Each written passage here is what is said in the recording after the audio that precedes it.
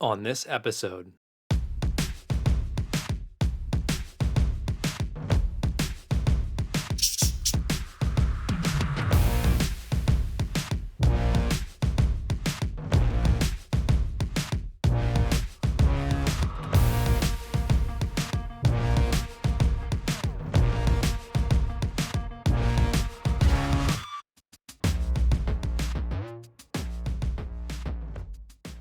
Welcome back to our Southern California Overland Adventure. We just pulled off of the highway. You can see everyone behind me is airing down their tires. We're really excited because we are going to start the Mojave Road, and we're really looking forward to this. We want to see just what the Mojave Road has to offer, so come along. The Mojave Road is a remote 147-mile-long dirt road which carves its way through the Mojave Desert Preserve. The route itself is steeped in history, having been used as a traditional thoroughfare of desert-dwelling Native Americans and later as an east-west passage for settlers. Today, it's one of the most iconic overland routes in North America.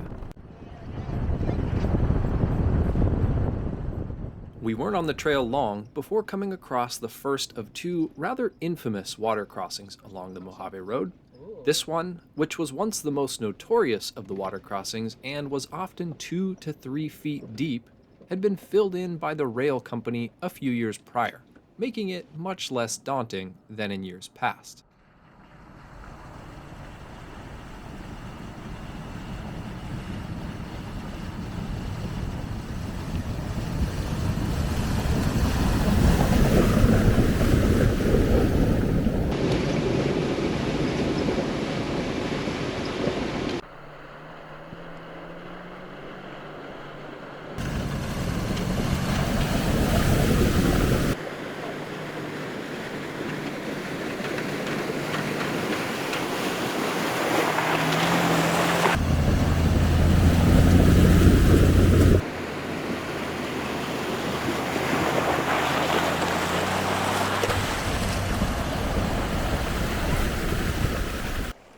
Christine's gonna get a ride.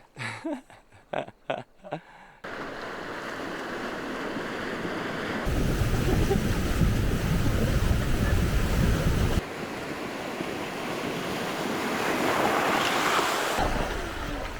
was awesome. Things we do for a shot. So our first water crossing on the Mojave Road. That was fun. Yeah, that was cool. You could definitely tell that the railroad company had filled that one in. It wasn't too bad. Maybe a little under a foot at the deepest. So if you're coming by that water crossing, at least this time of year, we're in the beginning of April. Yeah, that one wasn't bad. I know we've got one more to go, and that's supposed to be bigger. See how that one goes. We'll see how that one goes. And that definitely was not Taylor Swift on the radio right there. We wouldn't listen to that ever. Just a few miles further down the trail, we were flagged down by a couple railroad workers who were curious as to why there had been so many trucks going by. In chatting with them, they also delivered a bit of an ominous warning for what lay just ahead. Question for you guys. Yeah, what's up? There's so many people going this way. We Yeah. work this, but we're always on the tracks. Yeah.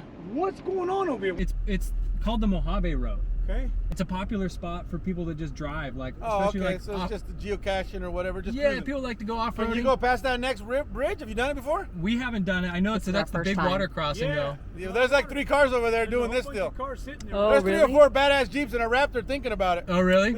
I hope you got your bathing suit and the tow chain. 'Cause Yeah. Somebody's gonna be diving underwater hooking it up. I don't Yeah. want no bathing suit in that water. Have a good one. Thanks. Wish us luck. All right, we just came up on the water crossing that the railroad guys were talking about. And this is just the start of it. And goes all the way around. We'll see how far it goes.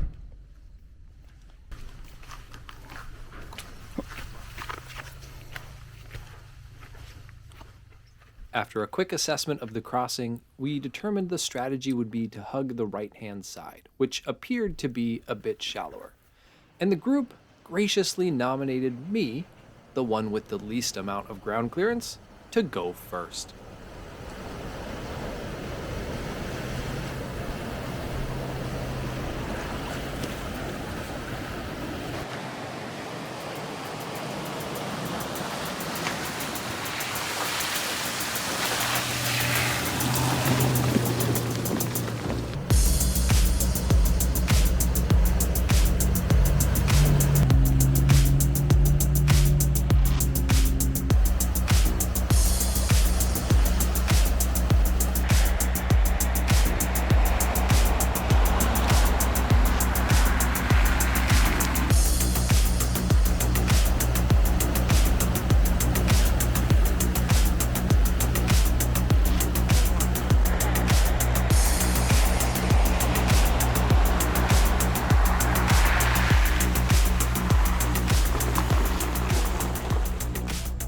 What did you think of that water crossing? This is your first water crossing?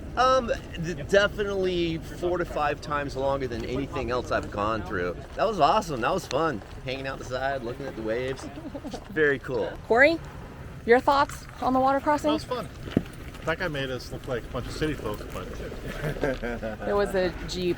Was it Jeep Wrangler? yeah, it was all kitted out. He looked like he was done. Jeep Wrangler just went past all of us. Jeff, your thoughts on the water crossing? Well, it was fun. It's hard to tell how deep it is when you're in the truck, but it didn't feel too bad. I know I have one casualty from the water crossing already, though. My poor license plate, look. How does that happen? Oh no! 90 degrees. Oh no! So yeah, don't know how that happened, but... With the water crossings behind us, the Mojave Road dipped down into the Afton Canyon, winding its way between the steep canyon walls as it crisscrosses the Mojave River.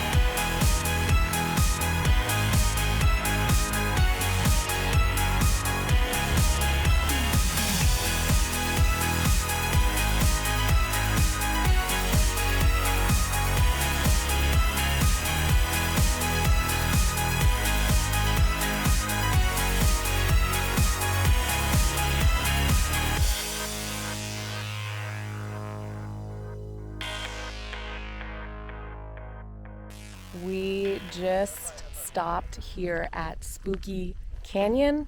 We're gonna check it out. It's just beyond there. So let's see how spooky this canyon is.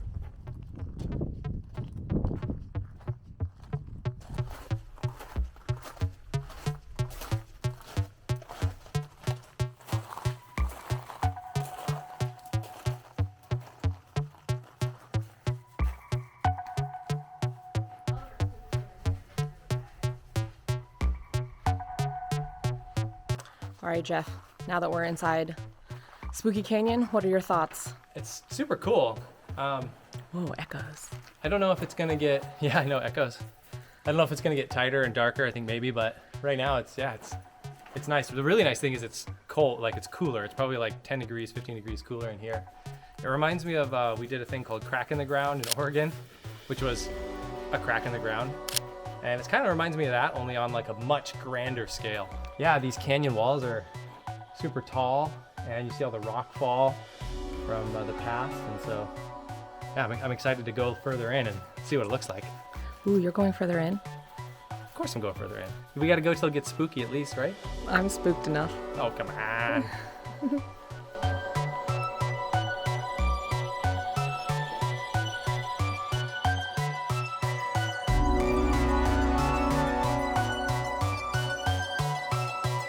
You're about to find out why it's called Spooky Canyon. It's getting darker for sure.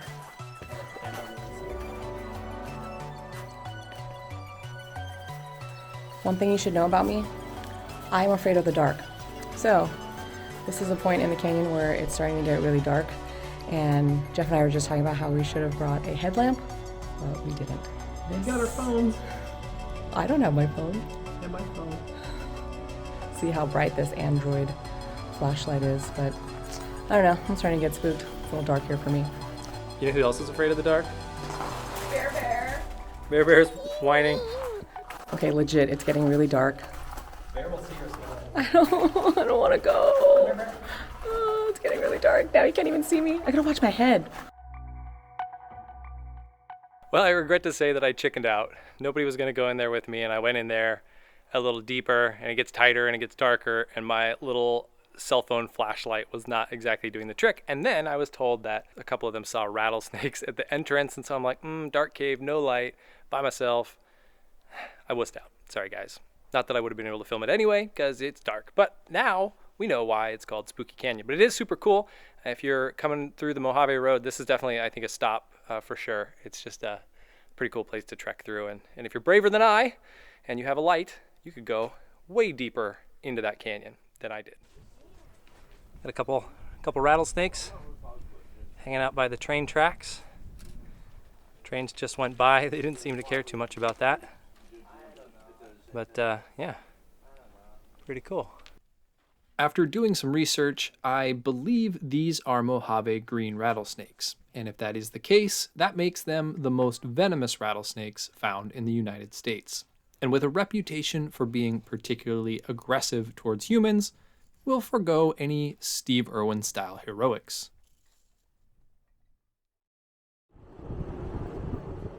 Leaving Spooky Canyon behind, the trail branched off from the Mojave River and became more of a vague suggestion than a defined road. With tire tracks crisscrossing the soft sand in just about every direction, this made for a bit of a choose-your-own-adventure feel, with everyone taking the path that they felt was best, while at the same time keeping speed up to avoid getting bogged in the deep sand. It was a lot of fun.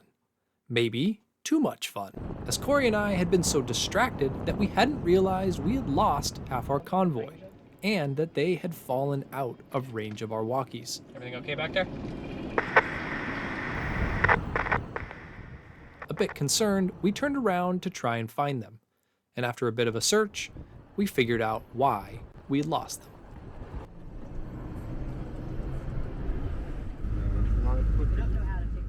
We had to stop because the e-bike fell off the mount.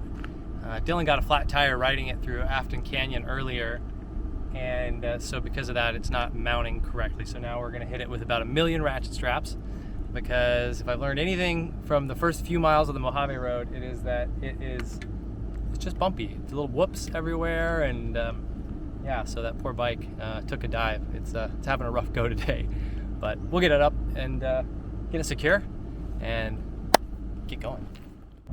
After a few minutes, we were back on the trail, and shortly after, we passed through the entrance of the Mojave Preserve. And then on to Soda Lake, a dry lake bed that allowed us to pick up our pace. Fair warning though, this lake bed can become incredibly treacherous after any sort of rain. So keep that in mind if you're passing through this part of the Mojave Road. We've made it to Traveler's Monument, so everybody is figuring out where to place their rock. And legend has it, there is a plaque at the top, known only to those who come here. So we shall see what that looks like.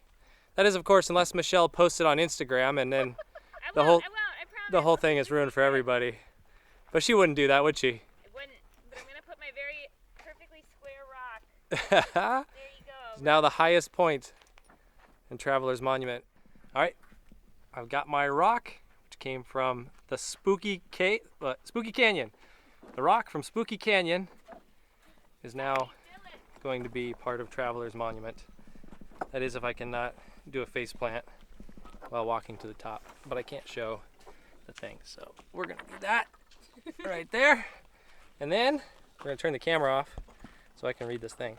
The message, both profound and life-changing, but you'll never know unless you get here. With the sun getting lower in the sky, we left Traveler's Monument behind and shifted our focus on finding a spot to camp for the night.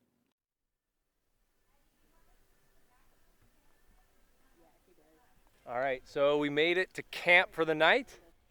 What do you think about this camp? It's nice. Got this kind of like a volcanic rock ring kind of thing, which gives us some shade at night. What was the first day like on the Mojave Road? You get to ride your bike a little bit. Yeah, got a flat tire though, halfway, but I mean, it was fun for the first half. Right? Flat tire, rite of passage. So yeah, we're just gonna hang out and eat some dinner, call it a night. It's starting to get cool, which is nice, and then we'll start up again tomorrow. Yep.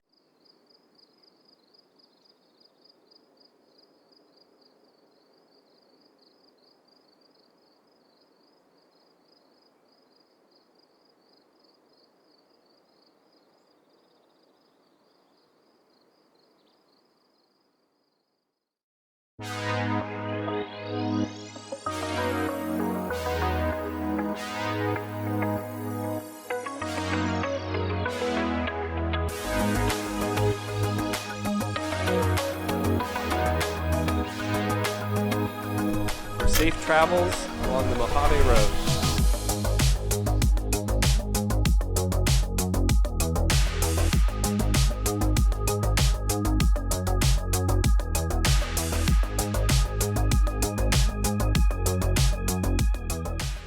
All that is coming up on the next episode of our SoCal Overland Adventure. So be sure to subscribe and hit that notification bell so you don't miss a thing.